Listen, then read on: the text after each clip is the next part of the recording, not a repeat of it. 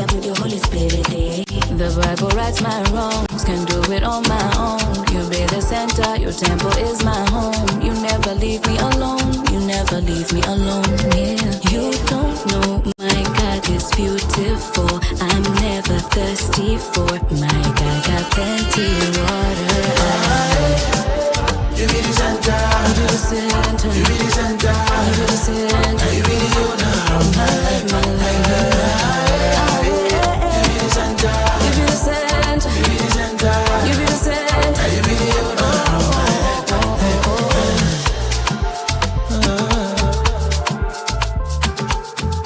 You got the whole world in your gospel music is cool. It's cool. 24/7 hits. Kristocentric station. The radio station you can call your own. That's my station. The Kingdom Promoter. I get God and I get life. Everything else you go work for me. Me and no dick to the room with the cutter. Now you make a favor, follow me. Oh. You make a blessing, come and knock on my door. And if I want to go order, order, you know that the focus. Everything I want, I order. Everything nice and smooth. Feel like you get drop, you know that the focus. Everything I want, I order. Everything nice and smooth. Feel like you get drop. You got the whole world in your hands. You got the whole world. Put it past you, you know that.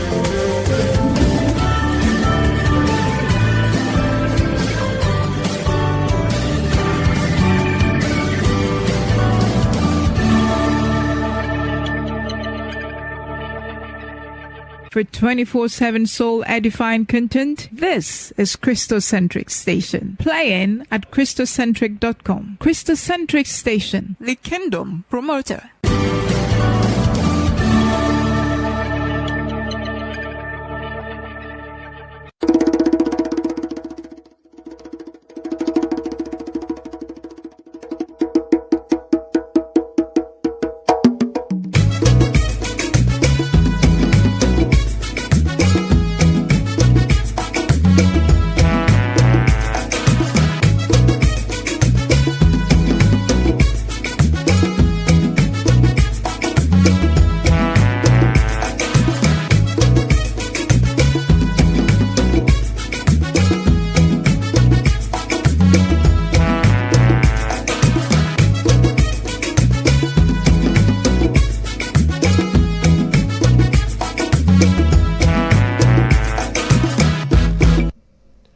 Good day, ladies and gentlemen. You're welcome to another edition of the Kristocentric News, live on the Kristocentric Station. We are broadcasting from Accra, Ghana, and I'm your Christian news anchor, YEBOAH Edwin Takyi. Let's head straight into our main headline for today. Mental Health Authority calls for urgent action after 40% rise in suicides. Ghana witnessed a sharp rise in suicide-related deaths in 2024, with increased cases by 40% compared to the previous year. He disclosed the figures during the commemoration of World Suicide Prevention Day 2025 in Accra. The CEO of the Mental Health Authority, Dr. Eugene Dordoye, stated that suicides in Ghana have increased by 40% as compared to those in 2023, speaking of the results from 2024. He said the event was attended by health professionals, civil society groups, students, and survivors under the theme Changing the Narrative of Suicide After Decriminalization. The MAH boss noted that most of the cases involved young people, a trend he described as both a public health and economic crisis. He warned that the country is losing individuals with immense potential to contribute to national development. Dr. Dordoye stressed the need for urgent policy interventions, improved funding for mental health services, and grassroots level awareness programs to combat stigma and encourage those struggling with suicidal thoughts to seek help early. Today, we are talking about mental health, specifically suicide. And I have with me in the studio the founder and president of the Suicide Prevention Foundation, Jesus Panti SARKWAH. You're welcome to the show. Yeah, thank you. So I hope you're good. I'm very glad to be here. I'm very good.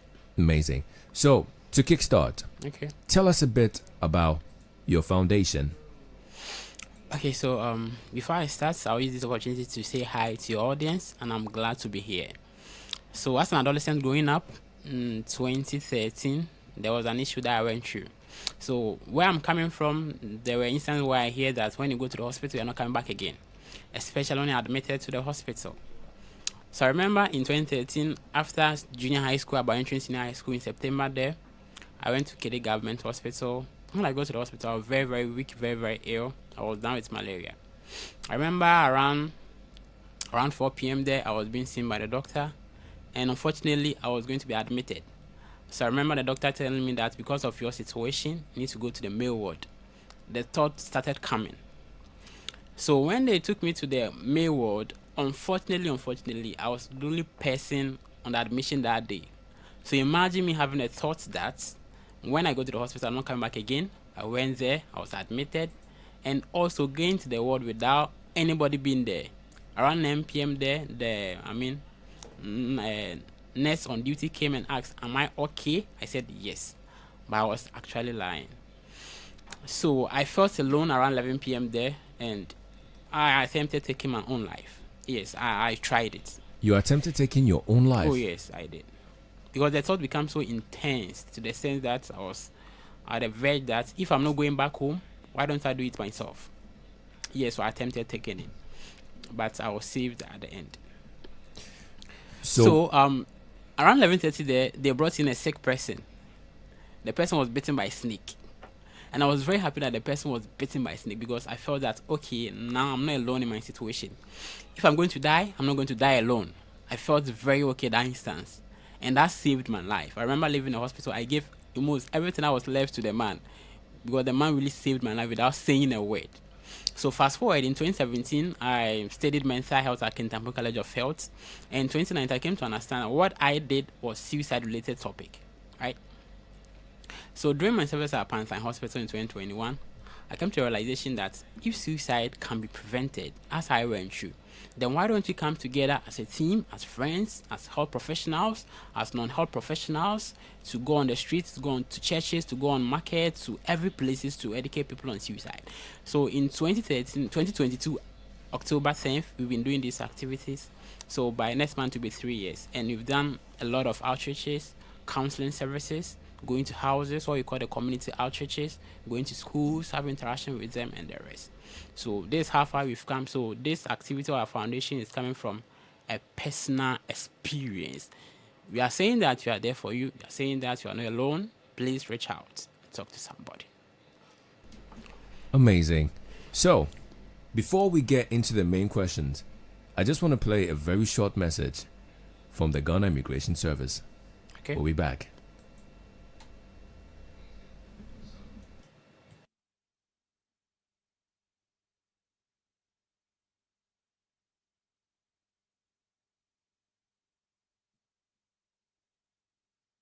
Yo, my people, I dey greet you. It be your boy ASI Kito back on your screens again. We still there on the same educational vibes. We educate somebody, make somebody tell somebody something, make somebody no go do something, make somebody in body have make you go lock himself at the end of the day. Today the topic be document fraud. What be document fraud? Right now everybody want change the system small. I want change my date of birth. I want change my name. Charlie, we know the 90s again. We did the 21st century. Technology advance. So if you feel say you be smart, we will smart past you. The technologies where we will get, they detect all these things. You don't get up. So don't go lose guard, do something where you go lock yourself in anything. If somebody assure you of some visa or something for some side, you always be saying for do the necessary checks. The checks, you don't get those machines, you don't get a gadget, you don't get anything to take to the checks. So if you come any immigration installation, if you come the national headquarters, we get some units and they call them Migration Management Bureau. If you come there, just bring your problem. Make we sit down, talk, know which and what they go on. we go find solution. If you catch there, whatever day inside, then go tell you. You go drop your documentation, then go watch inside. If some negativity day inside, then go make you know. If some positivity day inside too, amen. Nobody no will make you jackpot. If you go jackpot, if you jackpot through the right way, that be one our only concern. So in jackpot through the right way, come the office, but we do the necessary checks. If you know go come, the numbers there on your screen. Feel free call any of the numbers. If you pick, well, you know if you speak English, feel free. Ga person day, Tree person day, Pidgin person day. Any language they speak, somebody they go address you. So the summary of what I tell you be say, if you go Jamie through the right way. Bless.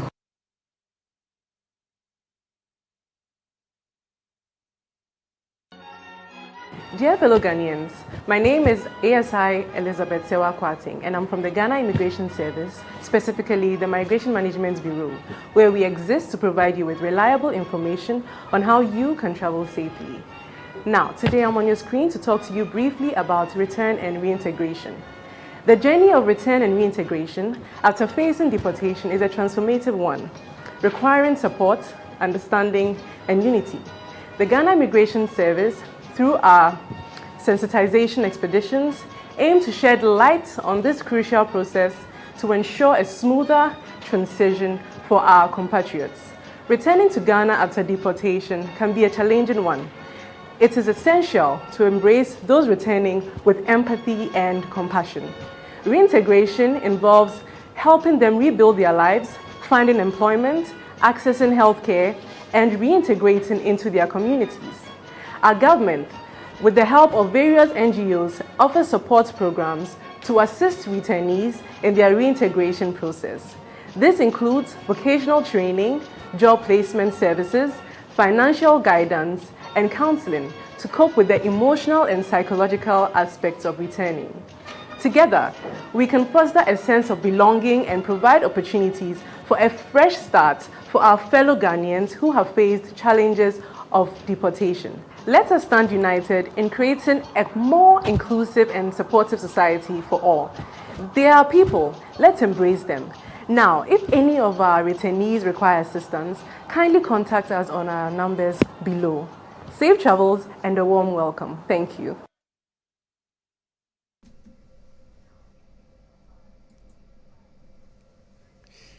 And we're back.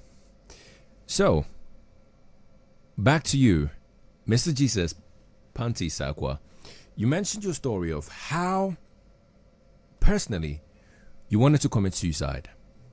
Those that just came in, those that just joined. That story is so impactful. What was the idea behind the foundation? We want to hear that story again. Before I start with the story again, we don't use the word committed. We use the word died by suicide because suicide is not a crime. You know, it's normal death as compared to, let me say, other medical conditions. So we don't use the word committed. We use the word died by suicide. So the person died by suicide. That's the word that we use. Okay, so back to my story. I said this foundation came from a personal experience as of 2013. As I was an adolescent, around 16 years old, I was very ill and I went to the hospital. But if I get to the hospital, where I'm coming from, there was this thought that when you get to the hospital, you're not coming back home, especially when you're admitted. So this thought was ingrained in me. So when I got to the hospital, I was very, very ill. Around 4 p.m. there, I was being seen by the doctor. And the doctor said that because of how you are, you need to be admitted. Right? I came with that thought to the hospital. So right from that instance, I started thinking about, okay, I'm here, I'm going to be admitted. It means I'm going to die. Unfortunately, when I get to the ward 2, I was the only person that was to be admitted that day, right? So only person on, I think, 14 beds that day. So, okay, the thoughts doubled. You are not going back home. You are being admitted. Getting to the ward, you are the only person going to be there. I remember the nurse coming to me around 9 p.m. that, are you comfortable? I said, I'm very okay. But I was actually lying because I needed to be alone as at that time. So 11 p.m. that I tried taking my own life. Yes, I tried. Unfortunately, I can't mention the form that I used because maybe someone might be going through certain things. So around 11:30, they brought in an ill person, and the person saved my life because I felt that I wasn't alone. If I'm going to die, I'm going to die with the person. So that really saved my life, you know. So you felt that you had a dying companion. Exactly. The CEO of the Mental Health Authority spoke of a rise in suicides. how true is their statement? As the president and the founder of the Suicide Prevention Foundation, how true is this statement? So I'll even say that the statistics is so less coming from, the CEO, because per our little experience, per awareness that we've done so far. Let me share this personal experience. I think 2 months ago, there was a news from a school that we visited in the past that a child have died by suicide in a class. This wasn't reported to anybody, right? In a class? Yes. And it wasn't reported to any institution. And I'm aware of that case, right? So there are even a lot of cases which are not reported. So according to the Mental Health Authority, the CEO, I really agree with him. And even the statistics are even much higher because, suicide carries a lot of stigma and people find it very difficult to report to, the needed authorities. What are some of the causes of suicide? So suicide is a very complex issue. Complex in the sense that the complexity brings a lot of things on board, right? Before I talk about the causes of suicide, can I go to, the stages of suicide? Sure, you can. So before a person will have the thought of taking his life, it goes through certain stages. Note, these stages might not necessarily be that it might be within a month or a week because we are all individually make up differently, right? So my personality might speed up this process. Yours might not speed out the process. Right. So the first one is what? The preoccupation or the ideation stage. That's where a person have this psychological pains as a result of maybe having a friend, losing a loved one, going through financial challenges and difficulties. So after this stage, we go to the second stage. That's the planning stage or the contemplation. This is where the person will plan everything, the time, the form, everything the person is going to use. Do you get it? We get to the crisis stage. The crisis is where it has been compounded from the contemplating to the planning stages. So he will start making concrete, findings, concrete ways and stuff. Then when it's left untreated, we go to the last stage. That's the fetal stage. This is where the person, if there is no any intervention, the person will end it all. So these stages comes with, causes such as I said, it's a complex issue. You can talk about the biological aspect of it. Maybe the person having this medical condition issue, maybe having involved in an accident affecting his health, hereditary issue. According to studies, suicide can be hereditary. So if probably my family member might have died of suicide, it means maybe there's also a propensity that I might also die of it. But as I said, based on the personality of a person. You can go to the psychological issue of it. That's where there is stress, maybe family issues, putting stress on work-related issues and other stuff. Even there are some medical conditions that even put psychological issues on it because you'll be thinking much about what you are going through. Let's go to the social aspect.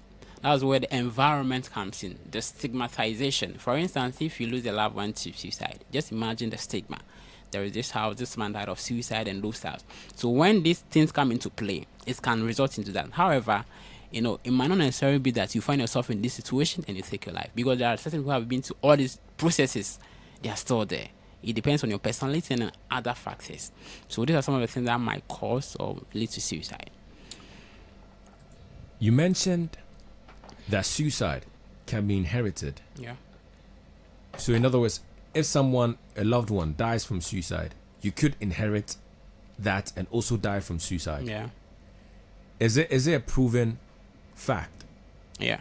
It's proven. Yeah, so there are some statistics that in some family lineage that people die by suicide. However, aside the genetic aspect or the hereditary aspect of it, if according to studies, when you are being exposed to certain acts, you might think it might be that you also save that what we call the preconscious mind or the subconscious memory, right? So aside being the genetic, when you have this exposure to it, it might lead to that.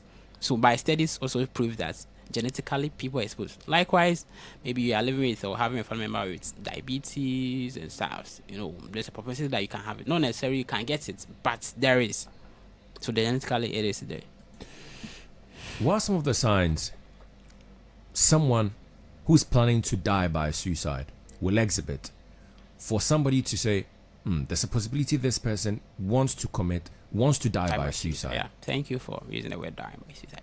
So before I move to that, let me talk about the forms of suicide. We have about 4 forms of suicide. The first one is egoistic suicide. That's when the person feels like the person is being alone, the person is left alone from loved ones, from family, from friends.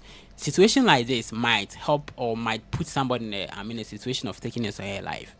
The second one is the altruistic suicide. people feel so loved by society where they can even sacrifice their own selves. That's where the suicide bombers comes in. They felt very lovely. They felt like they are okay with the group, so they can die for them. You get it?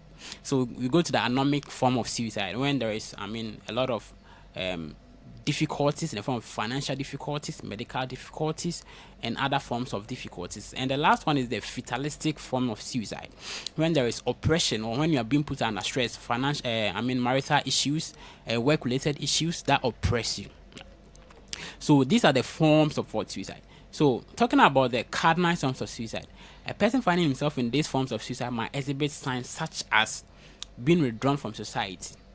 The person loves doing a lot of things that you yourself, but within some shorter period of time, the person becomes so isolated from family, from friends, and other activities. Again, we can talk about the person talking about death directly and indirectly. Directly in the sense that when I die, what happened? Am I the only person to die? Why am I going through all these challenges? Then the other aspect is that the person will start involving in risky activities. There are certain things when you're involved in, you are going to, end up taking your own life. But you could see the person is actually doing that. So, talking about death, being withdrawn, and most of the times they go through depression stages. They stop eating, they lose weight, they start crying without anything bothering them. And also, people find themselves in either doing things much or no, to the extent that the person will choose to eat more than needed or eat lesser than needed, because he thinks that when I'm done eating, why not I might go. So when maybe they are using a form of substance like alcohol, maybe the person can take 1 thought a day, but within some period of time, you have jumped to maybe 10 thoughts a day. The person is using other ways and means, end his or her life. So these are some of the things that you might see in a suicidal person. But is it always that these signs actually are shown by somebody who's planning on dying by suicide? For example, eating excessively. The person may just love food. Yeah. Or that day be very hungry. Or let's say taking risks. Maybe that's how the person is. The person just likes to take risks. Yeah. Or let's say in terms of depression, there are those that go through depression not necessarily because they want to die by suicide. Yeah. Is it always that these signs are leading to suicide? No, I'll use myself an example. Myself, when I thought of taking my own life, when I attempted suicide, I didn't remember I show all these signs. When I go to the hospital, within some 2 or 3 hours, I wanted to take my life. So not necessarily you going through all these processes. Do you get it? And one of the difficult signs that it's very difficult for us to notice is when a person is very happy. There are some people where they'll very be happy. Yeah. They'll be happy that they are done, in the planning stages, the crisis stage, they are done planning everything. So they are out to make fun, to cheer up. When they are done, they know they are going to end it all.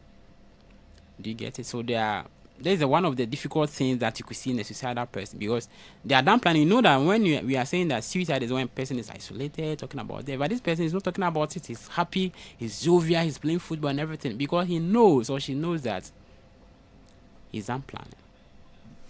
When you see these signs, what actions can one take to prevent somebody from taking their life by suicide? Yeah, so earlier on I said that suicide is a very complex issue, and suicide is also preventable, but it's very complex in doing that. So the complexity of it also needs complex structures in place. So the first thing, according to studies, is where we put in structured education form, as we are doing here. The thing is that how can you even identify a suicidal person? But from today onwards, you could see that you can identify a suicidal person. It means when you realize that you can be at the person's exposure. Again, bringing in structured, things such as the counseling services, people at exposure, and stigma. Why? Because in our society, we used to stigmatize a lot. For instance, if you find me, someone might stigmatized that I have attempted suicide, I'm okay with that, because that's the process I've been through and that's made me now. But what about other people who can't stand that? Stigmatization. So we have to stop stigmatizing people who have been through certain situations.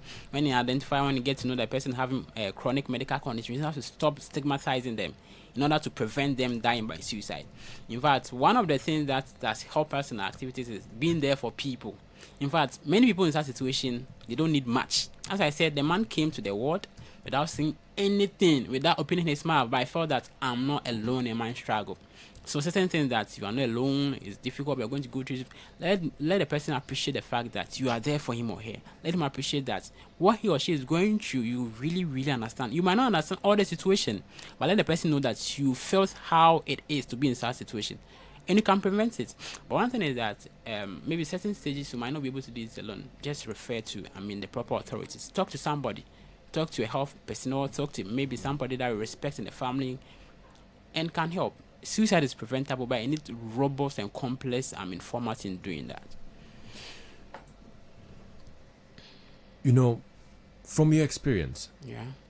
what gender tends to commit suicide more? Okay, so tend to die by suicide. Yes, more. to die by suicide more. So that's the male gender. Males. Yeah. Why? I think this thing cuts across everywhere. In our society, in other society, we tend to think that men are the people who need to stand firm in certain situations. Men don't cry. Men are the people who need to take the risks compared to the ladies. So when men are going to certain situations, the stages I mentioned of the preoccupation, the planning, the crisis, and the filter, when they are planning the stages, they use the hardest form of they taking their life. They use the very risky ones. So they know that when they get to this stage, they don't want to attempt and not survive. They will end up ending it all. But for the females, they tend to use the softest form of they taking their lives. So they tend to attempt the more compared to the men, but men end it more compared to the women. Yeah. So those that say females tend to end their lives more. No, female tends to attempt the more, but they don't go through. Yeah. In the end. No, I looked at your socials. Yeah. And I saw that you've been having a number of events, a number of debates at junior high schools. Yeah. Is there a reason why you focus a lot on junior high schools? Yeah, so according to studies, myself personally, I was an adolescent, 16 years. So we tend to have, exposure to certain things a lot. We tend not to have people to confine in a lot. We tend to at times have friends that we talk to. What if the friends are not helping us? I think when you go to this junior high and senior high school, when you mention I want to die by suicide or I want to die, the response will be, when we die, what will happen to us? Nothing will happen to us, right? And as adolescent, you might not be able to understand. It might be in a jovial form, but you might not be able to understand it so well. So these ages, around 14 to 25, according to statistics, they are so prone to suicide. And again, around 14 to 25. Yeah, the adolescent stages, they are very, very prone to suicide. And also around 40 years and above, they're also prone, because when they get to certain stages and they haven't achieved their expectation in life, they start to have, challenges to come to understanding that they couldn't achieve what they plan of doing it. So the adolescent stages and 40 and above. You made mention of debates among schools. Yeah, so we've done about 80 education so far, and not only in Accra. Ahafo region, Bono, and the rest. We have volunteers all along who have been doing this awesome jobs, and kudos to them because they are saving a lot of lives. So we've realized that these adolescents, they know much more than us, especially when they get to the schools, when they are coming to the education format. The kind of contributions and stuff they bring on board is so marvelous. So we are thinking that why don't we give them the opportunity to also bring their ideas on board? Here comes the debate. So we give them the topics, but before the topics, we make sure that we sensitize them on suicide and mental, any topic I want to have them. Before we give them the topic, we plan for a day, we meet them, and in fact, they are doing marvelously well. And they tend to, get involved when their friends are leading such activities compared to even with the instructors. And it's also marvelous that they are bringing, bunch of ideas on board. And it's also helping us. Do you know why? Because we think that suicide prevention think that suicide or mental health should be part of the academic curriculum. Yes, we think it has to be part, because if I understand mental health, I wouldn't stigmatize my friend. If I understand, I know how to help a friend. I'm not talking about it should be something bulk as part of the curriculum, but maybe it can be a page talking about what is mental health, how to destigmatize or mental illnesses. So as they bring the ideas on board, it's also helping us because we are undergoing a lot of researches among the students, the teachers, to ascertain that yes, mental health should be part of the academic curriculum, and that's what we are doing. Speaking of the youth, yeah, there's been an upward trend of the use of social media among the youth. From your experience as, the founder of the Suicide Prevention Foundation, do you think that social media encourages or plays a negative role in pushing people to die by suicide? Okay, so social media have both positive and negative aspect of it, and even one thing is that majority now show their emotions on social media, especially on WhatsApp. A person will type but then when he's trying to send a message, as I said, we have they involving risky activities knowingly or unknowingly. Do you get it? So the might be that a person is going through a lot. The person will start showing crying emojis. That might be that he's going through something, right? So the social media is helping in order for us to detect certain things, to be at what their exposure. However, it's also having this side effect of it. A lot of adolescents are being exposed to certain things. I think you can go to Facebook and see a person, these media houses present on a suicide, using the form of suicide, showing pictures of the suicide. That is very, very, very bad. Imagine me having the thoughts, I'm going through the process of suicide, and finding myself seeing somebody being presented so nicely, giving nice fictions about it. It will seem so pleasing. And am I okay? If this is so pleasant, why don't I continue doing it? So it have both positive and negative. So I think WHO has brought out certain formats where we can present on suicide cases. We don't have to glorify it. You don't have to make it so nice, appealing to people. You have to make sure that you actually hide the person's identity, the person's name, the family identity, and because of stigma. So I think when the media houses and all of us use this, it's going to send a lot of positive. I think when you go to other parts of the world, they have made restrictions to adolescents even using social media. I think Australia is one of them. And it is really helping because they realize that the trend of suicide among the adolescents is so alarming. Speaking to our listeners and our viewers right now, as someone who has experience dealing with suicide cases and even having the personal experience of wanting to take your life by suicide yourself, what words do you have for them? So this suicide is one of the difficult stages we want to get to.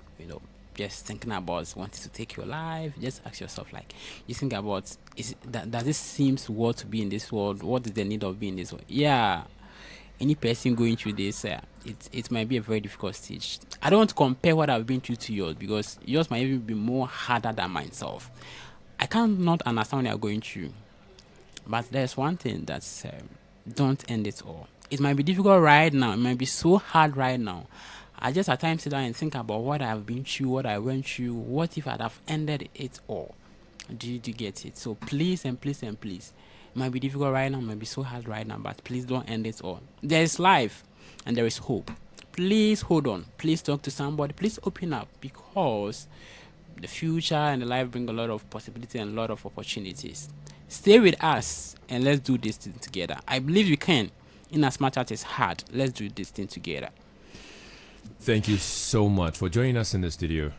And that was Jesus SARKWAH PANTI. He's the founder and president of the Suicide Prevention Foundation, and he joined us in the studio to talk about mental health, specifically suicide.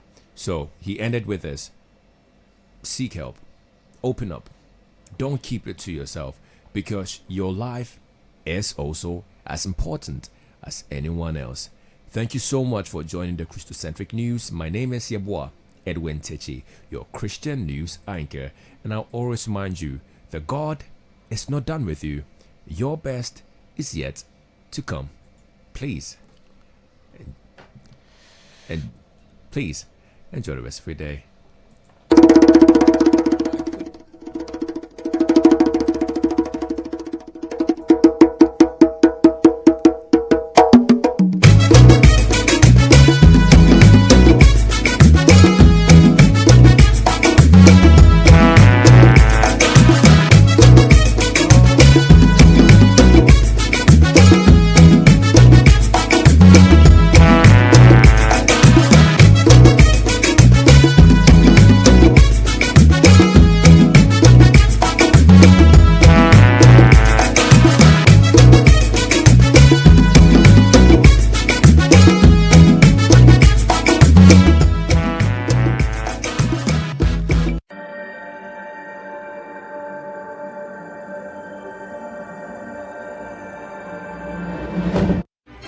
Welcome to the game show for Heaven's